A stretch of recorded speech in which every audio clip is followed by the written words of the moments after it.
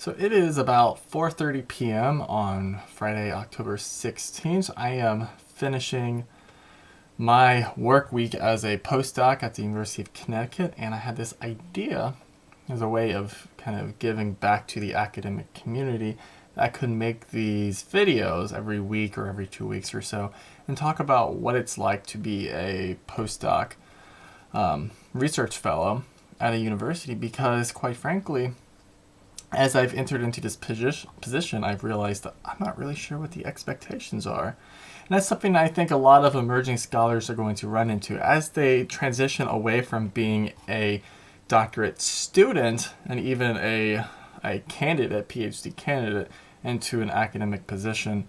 There's oftentimes a lot of ambiguity around, like, what am I supposed to be doing? When I would go into work as a graduate student, I oftentimes had a task assigned to me straight from my advisor, where I would be putting into my work hours that were assigned to me. I had all these tasks assigned related to creating software solutions, to working on manuscripts, doing data analysis, etc. And while those things are still true, I'm still doing all of that, it's a lot less formalized. I don't have someone that I'm reporting to every single day. I don't have a place that I have to check into and be there from a set period of time to the end of the day. I'm working kind of at my own schedule when I want to. And a lot of the tasks remain the same. I'm doing many of the same things. I'm working on design development projects. I'm still working on manuscripts and research presentations. But I definitely don't have people telling me when to do it and how to do it. So I want to kind of talk about what I've done this week and kind of some lessons that I have learned from that process. So typically the way my weeks work is on Mondays I check in with the PEI. In this case, I'm working with Dr. Ido David Esco in the NEAG School of Education.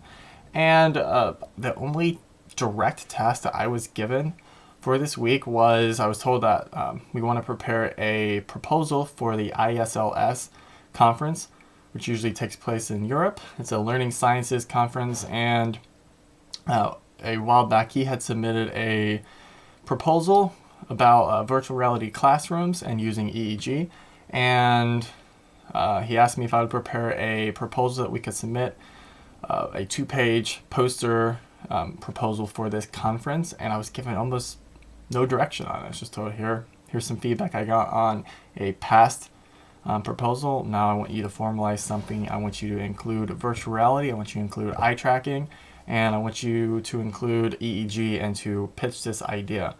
So I'm still new to the EEG field. I don't know a whole lot about using these devices, and I've been learning as I've been going, because that's a lot of what this postdoc includes, is research using those devices. And so I kind of had to, first thing I had to do was go into the literature and explore and start looking up virtual reality classrooms. I've done a lot of research in the virtual reality space, but I haven't done any in the direct kind of this virtual reality classroom idea.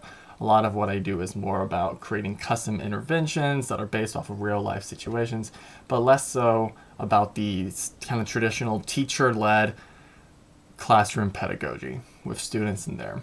And the idea that we're exploring is bringing in these students who can come into a virtual reality classroom, wear a headset, and then within that headset have this built-in eye tracker, wanting to examine ideas of cognitive load, executive function, attention, engagement, operationalized around a variety of definitions, and to see how students are engaged with different kinds of instructional content, be it an instructional video, standard lecture, etc.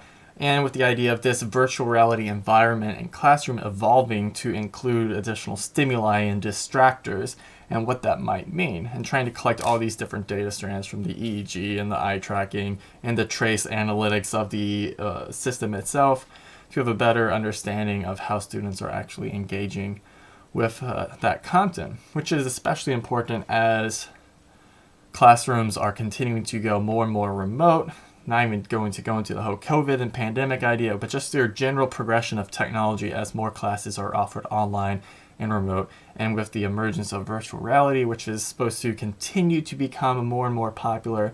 So this research has a lot of different angles that it can go down. So I ended up spending a lot of time in the literature writing this proposal that I know nothing about, about EEGs that I know nothing about, that I've never explored before. I've been able to play with an EEG device. I have this this Backyard Brains EEG, really basic, out of the box one for like kids science classes that I've been playing with. But that's about the extent of it. I haven't been able to actually try out any of these like high quality experimental EEG devices that you would see in like a medical center or anything. So I'm still new to that, and of course brings out like some anxiety about, well, how can I learn all of this? All of my research has been here, and I'm still like kind of here, but now I'm broadening it from here and bringing in some pieces from here to like do that.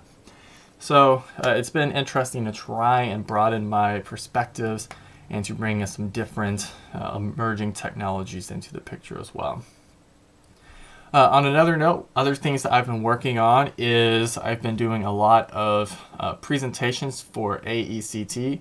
The international conference is coming up, and I have 4 presentations that are taking place. 3 of them are direct research presentations, and 1 is a roundtable. So something I've been doing a lot of is working with colleagues. I've been in a lot of meetings this week to create these presentations. And I don't know what you think, but most researchers don't know how to make presentations, and their sense of design is not that great. So I've been spending a lot of time this week sprucing up designs and trying to make them more aesthetically pleasing, and also trying to develop these strategies for getting these presentations out there. With AECT going virtual this year, I'm interested in exploring new ways that I can not only give my research presentations in front of the AECT audience, but how I can expand that onto social media and to more of a common population sort of audience. So I'm looking at creating other videos where I give these kind of fast, these are the basic details versions of my presentations, while also giving longer 40 to 60 minute standard traditional, like this is a research presentation sort of idea. So I'm recording a bunch of videos around that, and it's taking up a lot of time. Another thing I've been working on is kind of trying to get some publications going. I finished my PhD in June and did the article-based dissertation with 4 manuscripts, so I have a lot of stuff that I need to kind of get out the door. And it's one of those things now, I don't have my advisor breathing down my neck telling me I need to be productive, and the PI here at UConn doesn't really have any skin in the game for those presentations, so he's not telling me to go work on this stuff. But I have all of these data from my dissertation and from my time in grad school that needs to be analyzed and disseminated, and I have 3 more manuscripts from my article-based dissertation needs to go out. So I spent some time preparing one of them for submission last week. Got feedback from the journal that the manuscript was too long, so I have to edit it down and try and get it into shape to be resubmitted. So that's something that's going to be on my plate, is trying to cut thousands of words from an article, and maybe taking the smart approach, and instead of having just 1 article, try and get it down into 2, and then trying to rework that so I can do that. Another thing was I was working with a colleague to work on a paper about the design and development of mobile and spherical video-based virtual reality software for individuals with autism. And we were writing a proposal for a kind of special issue book about adapting to educational technology, how we can adapt during a pandemic. And so we were writing it from that perspective about how taking this mobile-based virtual reality approach could be a faster and more socially valid way of administering interventions for people with autism than these fully immersive entire recreation of virtual worlds sort of approach.